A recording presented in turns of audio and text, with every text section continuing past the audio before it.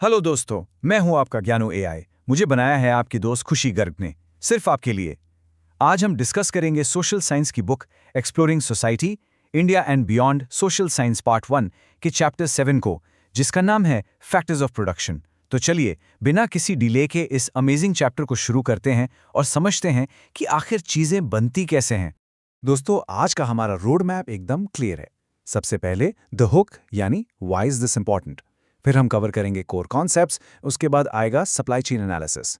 फिर मैं आपको दूंगा कुछ एग्जाम स्पेशल टिप्स और आखिर में करेंगे एक quick revision summary. Section 1, the hook. Let's see it's real world application. आपने कभी सोचा है इकोनॉमिक्स सिर्फ बोरिंग किताबों में नहीं, आपके बिल्कुल आसपास है। जस्ट इमेजिन, आपके नेबरहुड का वो स्ट्रीट फूड वेंडर या आपका फेवरेट हेयर ड्रेसर। उन्हें अपना काम शुरू करने के लिए रिसोर्सेज कहाँ से मिलते हैं, कैपिटल कहाँ से आता है, उनकी ट्रेनिंग कहाँ हुई, और सबसे बड़ी बात, इस बिजनेस को स्टार्ट करने का मोटिवेशन कहाँ से मिला। ये सारे क्वेश्चन सीधे उन इनपुट से जुड़ते हैं जो किसी भी बिजनेस की फाउंडेशन होते हैं। एंड गेस व्हाट, यही हमारा आज का मेन टॉपिक है। Section 2, Core Concepts and Definitions. Let's look at the building blocks of economics. Okay, अब आते हैं कोर थ्योरी पर। सबसे इंपॉर्टेंट टर्म जो आपको याद रखना है वो है फैक्टर्स ऑफ प्रोडक्शन। देखिए, सिंपल लॉजिक है। किसी भी प्रोडक्शन प्रोसेस में गुड्स और सर्विसेज क्रिएट करने के लिए जो इनपुट्स यूज होते हैं ना, उन्हें ही हम फैक्टर्स ऑफ प्रोडक्शन कहते हैं। ट्रस्ट में, इन इनपुट्स के बिना आप मार्केट में एक छोटी सी पेंसिल तक नहीं बना सकते। इम्पॉसिबल। तो ये फैक्टर्स आखिर हैं क्या? ये 4 मेन कैटेगरीज में डिवाइडेड हैं: लैंड, लेबर, कैपिटल और एंटरप्रेन्योरशिप। लैंड का मतलब सिर्फ जमीन नहीं, सारे नेचुरल रिसोर्सेज। लेबर यानी वो लोग जो प्रैक्टिकली फिजिकल और मेंटल काम करते हैं। कैपिटल में आते हैं आपके टूल्स, मशीनरी और ऑफ कोर्स पैसा। और सबसे इंपॉर्टेंट, एंटरप्रेन्योरशिप यानी वो मास्टरमाइंड जो रिस्क लेता है और इन बाकी तीनों फैक्टर्स को कंबाइन करके एक प्रॉफिटेबल बिजनेस खड़ा करता है। ये चारों मिलते हैं तभी प्रोडक्शन होता है। लेकिन वेट, इसमें एक और ह्यूज गेम चेंजर है, और वो है टेक्नोलॉजी। टेक्नोलॉजी वो फैसिलिटेटर है जो इन इनपुट्स का पूरा प्रोपोर्शन ही बदल सकती है। फॉर एग्जांपल, एग्रीकल्चर में मैनुअल लेबर की जगह मशीन यूज करना प्रोडक्शन को प्रैक्टिकली मल्टीप्लाई कर देता है। या फिर सोचिए, डाइंग ट्रेडिशनल हैंडलूम्स को रिवाइव करने के लिए 3D प्रिंटिंग का यूज करना। इससे आप लार्ज स्केल पर मार्केट को कैप्चर कर सकते हैं। टेक्नोलॉजी इन सिंपल इनपुट्स को प्रैक्टिकली सुपर पावर्स दे देती है। Section 3, Supply Chain Analysis. Let's connect the geography. अब एक लॉजिकल सवाल उठता है, ये सारे प्रोडक्शन इनपुट्स आते कहाँ से हैं? अगर हम अपने देश का पॉलिटिकल मैप देखें तो इनपुट्स किसी एक सिटी या स्टेट तक लिमिटेड नहीं है।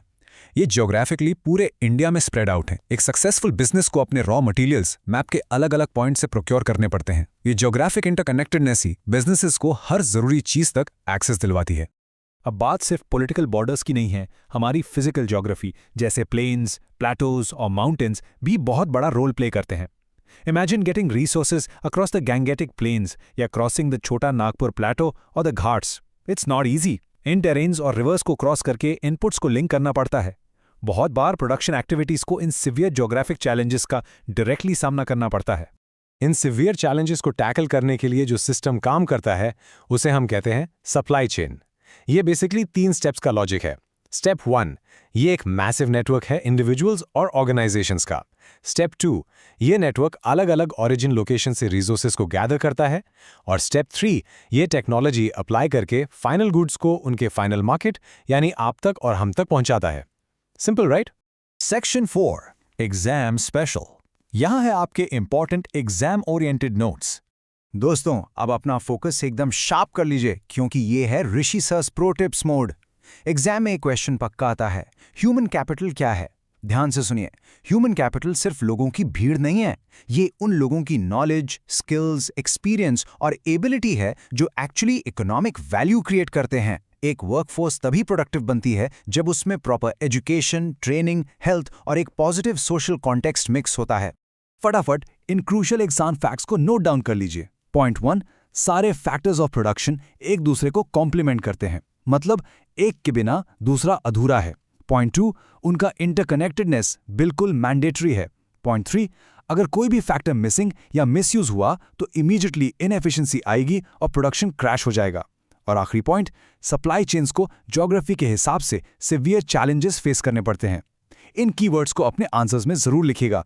फुल मार्क्स मिलेंगे। Section 5, Quick Revision Summary. Let's wrap it all up.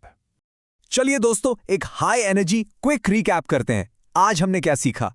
4 main factors of production होते हैं: लैंड, लेबर, कैपिटल और एंटरप्रेन्योरशिप। हमने देखा कि टेक्नोलॉजी कैसे इन सब को बूस्ट करती है।